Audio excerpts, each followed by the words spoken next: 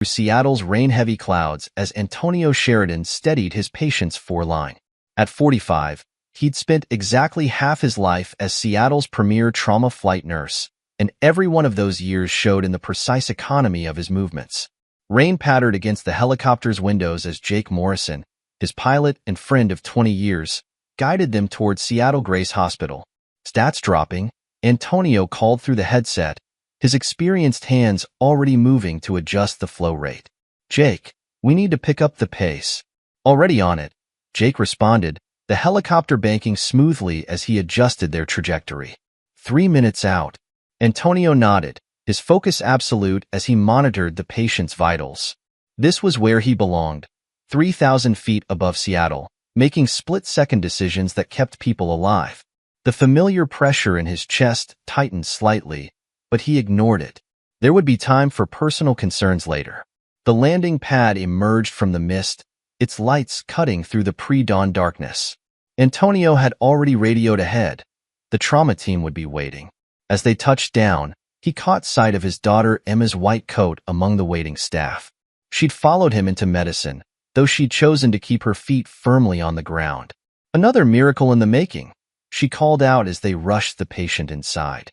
"No miracles," Antonio replied, his voice steady as he reported the vital signs. "Just good medicine." It was their usual exchange, comfortable and familiar. But lately, Emma's smile seemed strained, her eyes carrying a weight he couldn't quite understand. He filed the observation away with all the other small changes he'd noticed recently, pieces of a puzzle he hadn't yet assembled. The annual Seattle Grace Hospital fundraiser transformed the austere medical center's conference center into what Lori Sheridan, his wife of 23 years and head of donor relations, called an appropriate setting for seven-figure donations. Crystal chandeliers cast warm light over tables draped in imported silk, while Seattle's medical elite mingled with the city's wealthiest potential donors. Antonio adjusted his bow tie, a concession to the formal dress code he endured once a year. From his position near the bar, he had a clear view of Lori working the room. She moved with practiced grace in her silver Versace dress, a recent purchase she'd claimed was necessary for the position. Dr. Kent Pratt stood too close to her as they spoke with the elderly couple Antonio recognized as major donors.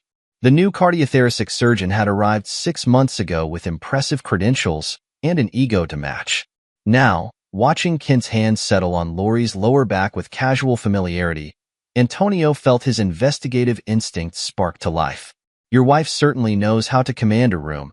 Sarah Chen's voice carried a note of careful observation as she joined him. Seattle Grace's administrator had been his friend for 15 years, long enough to know when she was probing for information.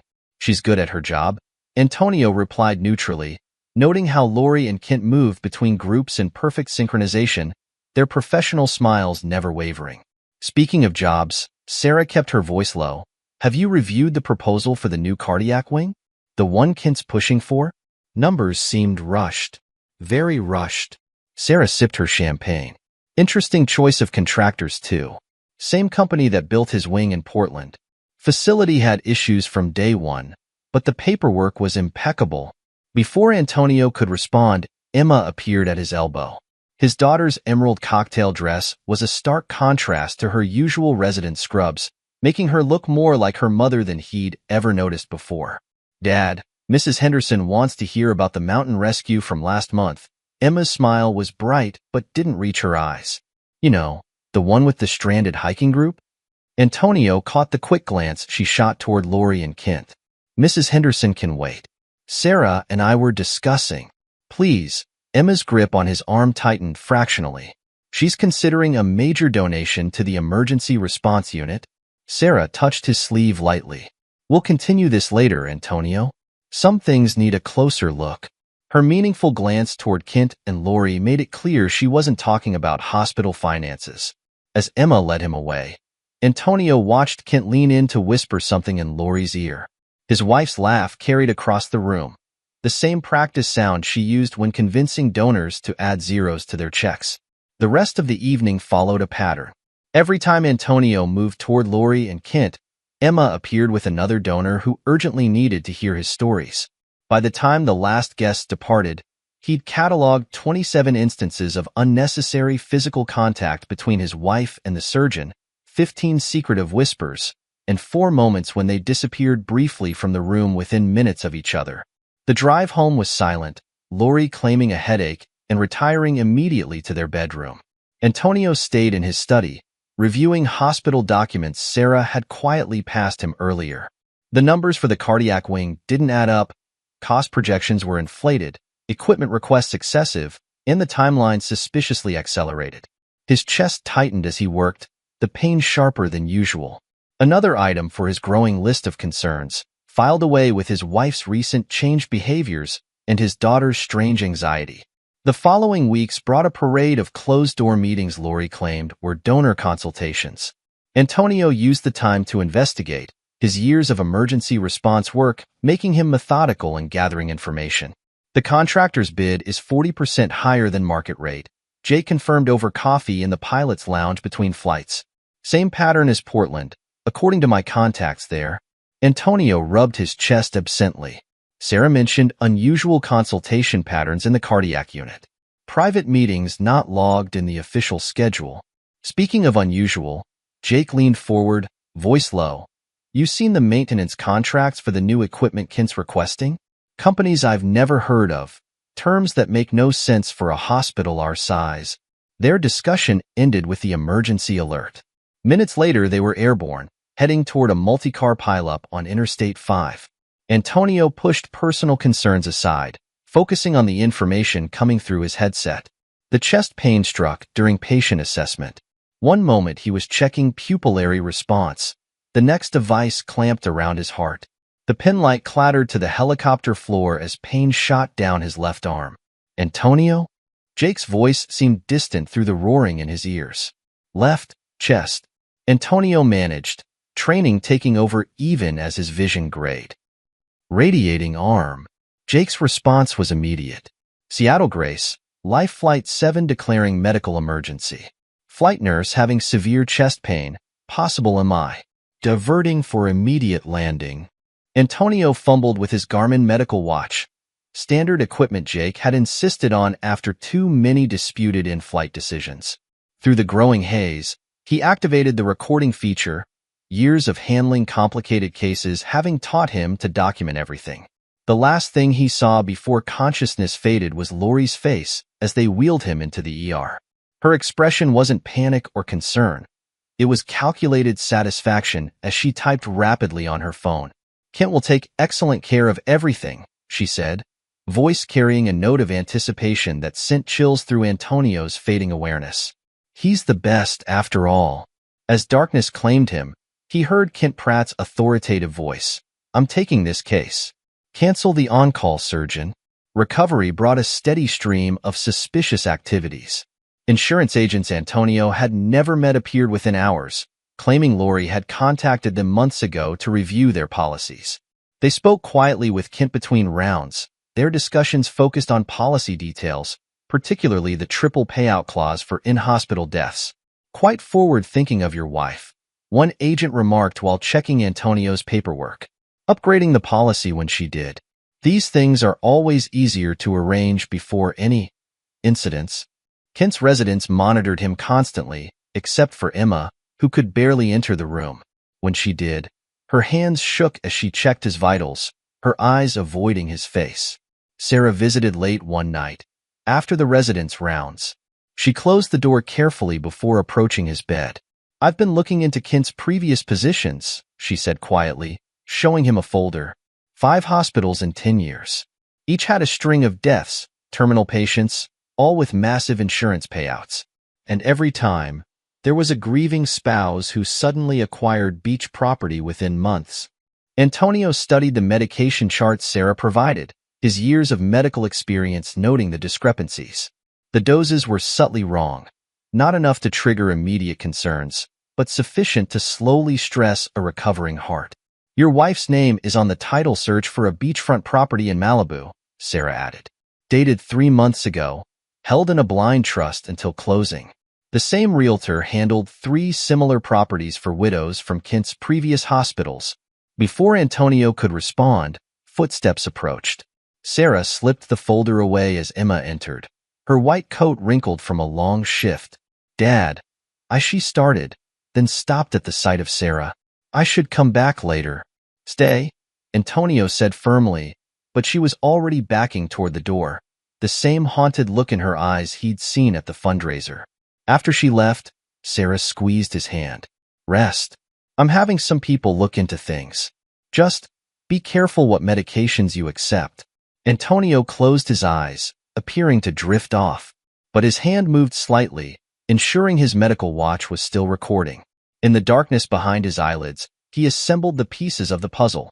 His wife's suspicious behavior, Kent's rushed proposals, Emma's strange actions, and the growing evidence of a deadly pattern repeated across multiple hospitals. The pain in his chest was still there, but now it had a different quality. This wasn't just medical, this was betrayal, carefully planned and professionally executed. But Antonio Sheridan hadn't spent 20 years saving lives by giving up when things got difficult. He kept his breathing steady, listening as Kent's resident adjusted his medication drip. They thought they were dealing with a vulnerable patient, weakened by surgery and grief. They had no idea they'd given him exactly what he needed. A front-row seat to their operation, with every word and action recorded by the device on his wrist. The game wasn't over. It was just beginning. The midnight silence in Antonio's hospital room was broken only by the steady beep of monitors. His eyes remained closed, breathing measured, as familiar voices drifted through his partially open door. The Garmin watch on his wrist blinked silently, recording every word. The Cayman account is ready. Kent's voice carried a hint of impatience. Another week of this waiting game, and we risk someone connecting the patterns. Don't lecture me about patterns, Lori snapped. The clicking of her heels against tile indicated her pacing. I've managed 3 hospitals' worth of paperwork without leaving traces. The Malibu property is nearly ready. We stick to the timeline. Your daughter's becoming erratic. Did you see how she fumbled the medication orders yesterday? Emma knows what's at stake. One call to the medical board about her little pharmaceutical adventure during residency, and she'll be lucky to work as a veterinary assistant. Their voices faded down the hallway. Antonio waited 5 minutes, then pressed the call button. Emma appeared moments later, her white coat wrinkled from a long shift, dark circles prominent under her eyes. Your stats look stable, she said mechanically, avoiding his gaze as she checked the monitors. Sit down. Antonio's voice was quiet, but carried the same authority he used during critical rescues. When she hesitated, he added, Remember that hiker we airlifted when you were 10? You held his hand the whole flight, promised him he'd be okay. That's who you are, Emma. Not this. The words hit their mark. Emma collapsed into the chair, tears breaking through her professional facade. I never wanted. During intern year, the hours were endless. Someone offered me Adderall to stay awake, then benzos to sleep. It spiraled so fast. Kent and your mother found out. She nodded miserably. They said they'd help keep it quiet, protect my career. But it was just leverage. First they wanted information about your schedule, access to your records, then medication adjustments, signing off on altered charts. Details. Antonio's voice hardened. Everything they've made you do. Start from the beginning. Emma's confession poured out.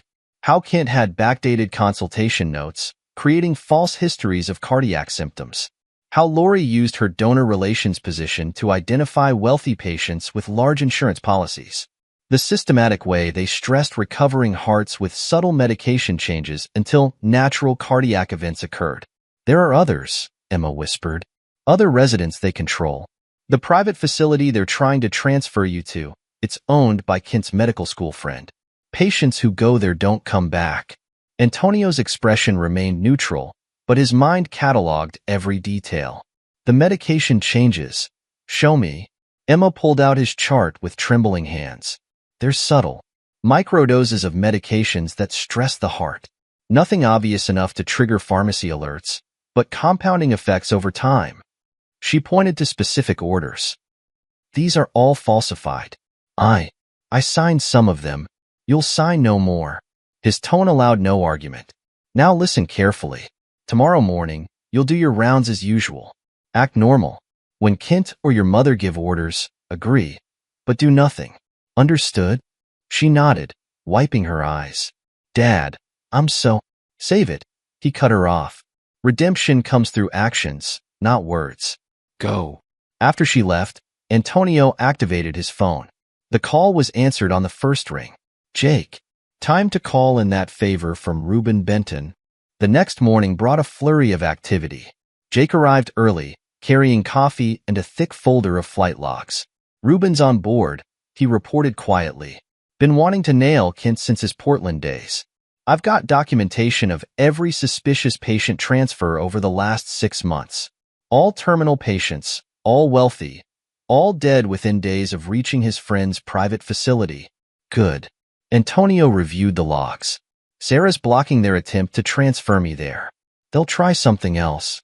As if on cue, Lori swept in, designer heels clicking against tile. Her smile was practiced, predatory. Darling, we've been discussing your care options. Kent knows an excellent private facility. Request denied. Sarachin entered behind her, hospital administrator's badge prominent. Hospital policy requires peer review for high-risk transfers. Dr. Peterson will be taking over Antonio's care. Kent appeared in the doorway, his usual smooth confidence cracking slightly. As department head, Sarah's voice could have cut steel. You're needed in the board meeting. Now. After they left, Sarah turned to Antonio. Reuben's people are in place. We've got FBI agents posing as orderlies on every shift. Security cameras have been adjusted to cover medication storage areas.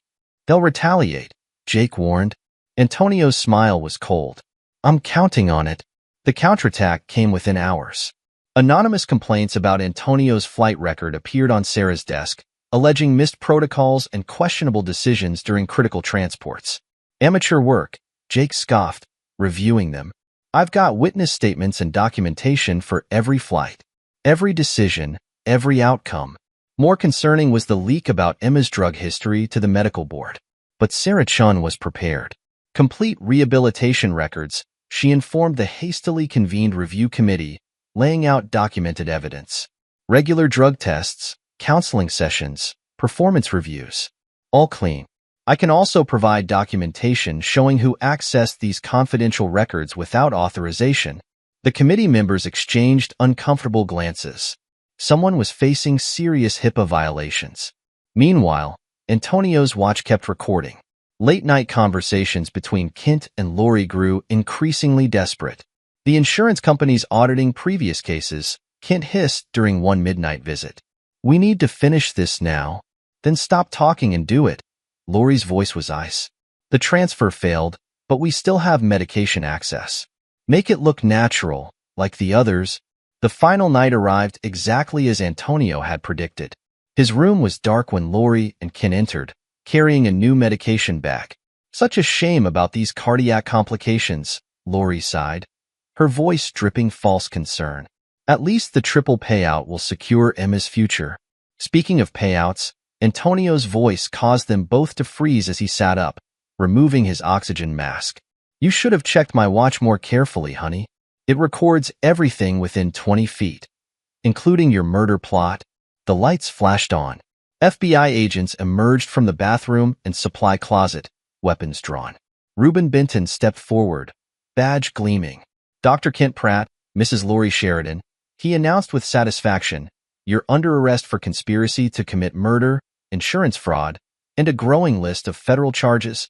You can't prove anything, Kent snarled, but his face had gone pale. Actually, Sarachin entered, holding up a tablet. We can prove everything. Your previous victims' families have been very cooperative, once shown evidence of insurance fraud and premeditated murder. As they were led away in handcuffs, Lori attempted one final strike. Emma was involved too. She falsified charts, changed medication order. Under documented coercion, Antonio cut her off coldly. Unlike you, she chose to help stop this before more people died. The arrest continued through the night. Insurance agents who had backdated policies. Kent's friend at the private facility who helped cover up suspicious deaths. The real estate agent holding the Malibu property in trust. Offshore accounts located, Reuben reported as the sun rose. Looks like they've been running this scheme longer than we thought. Multiple hospitals, dozens of victims. Good. Antonio's voice was steel. More evidence for prosecution. The morning brought a parade of federal agents collecting evidence and taking statements. Through it all, Antonio's watch kept recording, not because it was needed anymore, but because thorough documentation had become habit. Saracen surveyed the activity with grim satisfaction. The board will be meeting to discuss emergency replacements in cardiology and donor relations. Check their references thoroughly this time, Antonio suggested, his voice carrying no trace of humor. Emma appeared in the doorway, looking lost. Dad, your statement to the FBI. Everything they made you do, everything you saw. Leave nothing out. His tone was professional, detached. The evidence you've provided helps ensure they can't hurt anyone else. She nodded, understanding the unspoken message. There would be time for personal reconciliation later.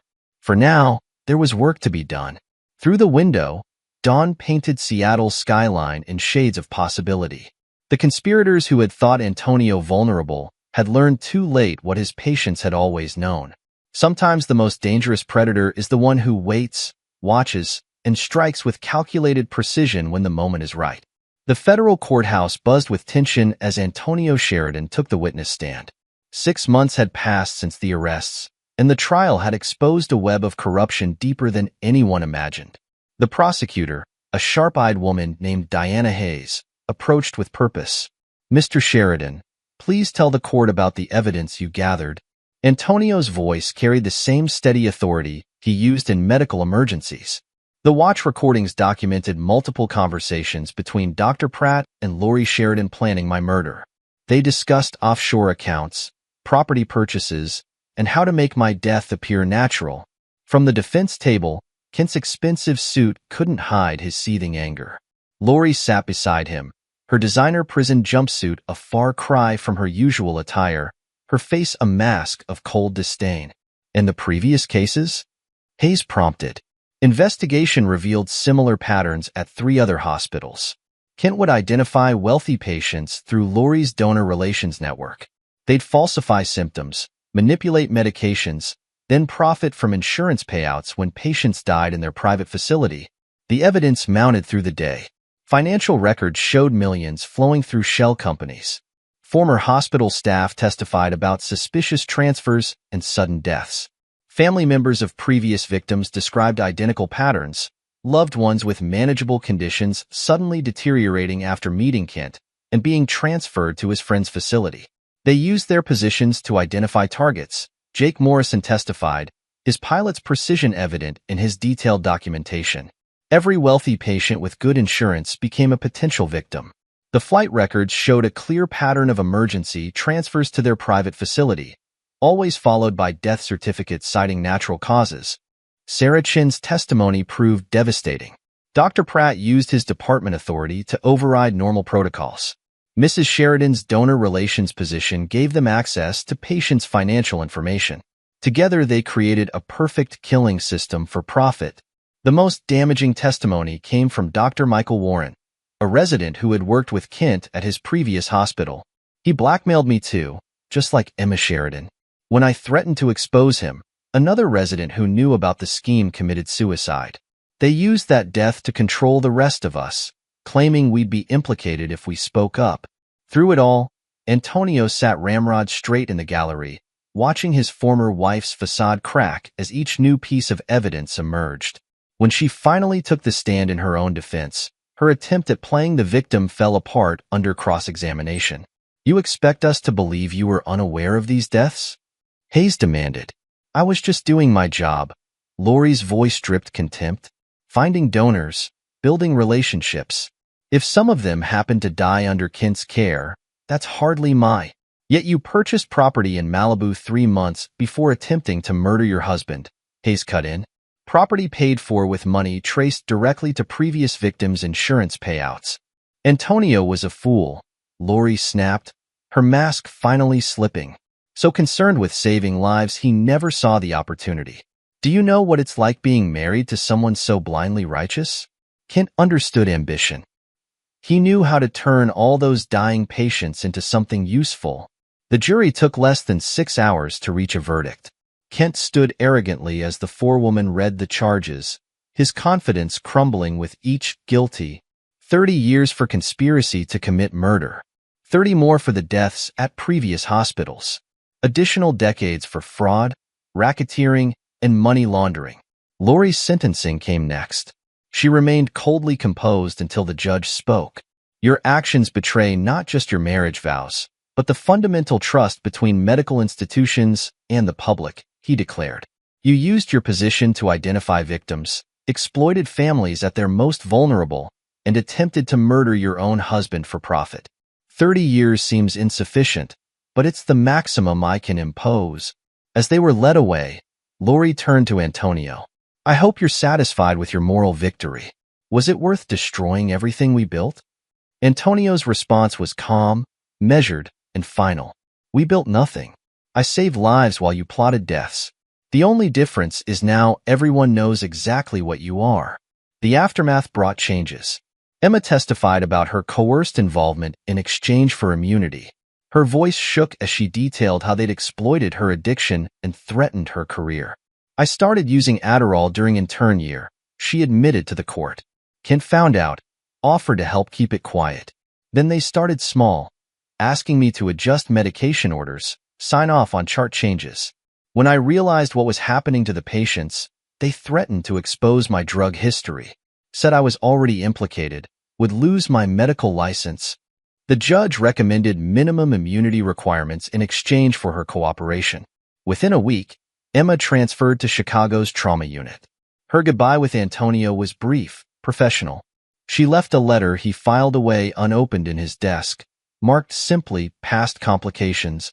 Later, cameras caught Kent's private facility being raided, his medical school friend led away in handcuffs. The forensic audit revealed dozens of suspicious deaths, each following the same pattern. Wealthy patients transferred in, massive insurance payouts transferred out. They found offshore accounts totaling millions, Sarah Chin reported, reviewing the final case files in Antonio's office. Every victim's insurance payout, every property deal, all perfectly documented by their own greed. And the Malibu property?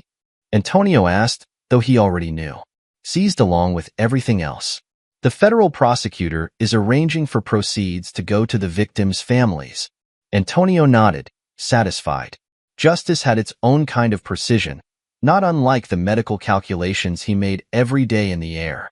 The correct diagnosis, the proper treatment, the right outcome. It all came down to paying attention to details. Weeks passed. The media circus faded.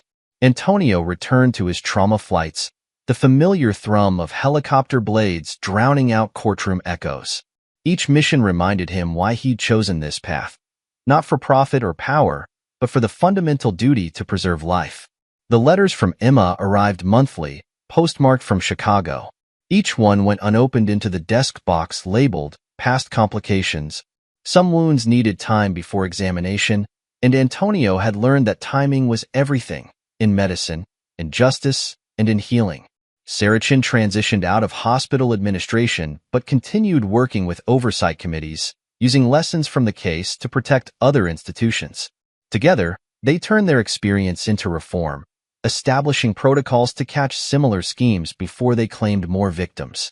Jake remained his steady partner in the air, their wordless understanding strengthened by shared battle scars.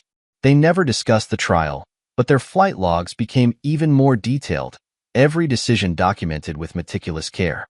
Antonio's legitimate insurance payout could have bought beachfront property in any exclusive neighborhood. Instead, he chose a modest house on Oregon's quiet coast, far from Malibu's pretension. The view wasn't as spectacular, but it was honest, like the work that paid for it. In the end, the biggest change wasn't in policies or procedures. It was in perspective. Every Thursday evening, after his last flight shift, Antonio would take a moment to watch the sunset from 2,000 feet. From that height, the line between light and shadow was crystal clear. He'd learned that some people chose the shadows, turning medicine's healing purpose into a weapon for profit. His job wasn't to understand them or to regret their choices. His job was to recognize the darkness when it appeared, stand against it without flinching, and always fly toward the light of dawn. The helicopter's radio crackled. Another emergency, Another life hanging in balance. Antonio pushed memories aside, focusing on the coordinates with professional precision. The past had its place, filed away in courthouse records and desk drawers. The future waited in the next rescue, the next flight, the next chance to prove that even in medicine's darkest corners, there were still those who remembered their fundamental oath. First, do no harm. And for Antonio Sheridan, that was enough. Epilogue. 5 years later. The federal maximum security prison's visitor room remained as austere as the day Lori Sheridan first entered it. 5 years into her 30-year sentence, the former donor relations director's designer confidence had eroded into institutional monotony. Her orange jumpsuit hung loose on her frame, expensive highlights grown out to reveal steel gray roots. The guard's voice echoed. Visitor for Sheridan. Sarah Chun sat across the table, official paperwork in hand. Your appeal was denied. Again. Get out. Lori's voice had lost its smooth, manipulative edge, replaced by bitter harshness. You'll want to hear this, Sarah continued, unmoved. The feds found another offshore account. The victims' families are getting those funds too. That beach house you dreamed of? They're turning it into a recovery center for medical professionals dealing with ethical pressures. Lori's hands clenched. Still playing the righteous administrator? How's my ex-husband's little reform crusade going? Antonio's foundation has exposed 4 more schemes like yours. Interesting pattern, doctors and administrators working together, targeting wealthy patients. Sound familiar? Sarah's smile was professional, pointed. Your case study is now required reading in medical ethics courses. 3 cells down, Kent Pratt's fall from grace had been even more dramatic. The former surgeon spent 23 hours a day in isolation. Other inmates had their own code about doctors who killed for profit. His medical license was permanently revoked, his academic papers retracted, his name becoming synonymous with healthcare fraud. His latest appeal had included a rambling manifesto claiming conspiracy. The judge's response was brief. Petition denied. Kent's former medical school friend, serving 20 years for his role in the private facility deaths, had turned state's evidence, providing details of even more victims. Meanwhile, Seattle Grace Hospital had transformed. Antonio's trauma flight program now included intensive ethics training. Every new flight nurse learned not just medical procedures, but warning signs of institutional corruption. Your primary duty is to your patients, he told each class, his voice carrying the weight of experience. Politics, profit, pressure. None of that matters at 2,000 feet with a life in your hands. Jake Morrison, still his pilot after 25 years, would add his own lessons. Document everything. Trust your instincts. And if something feels wrong, it probably is. Their partnership had become legendary in emergency response circles. Each flight logged with military precision, every decision documented, creating an unbreakable chain of accountability.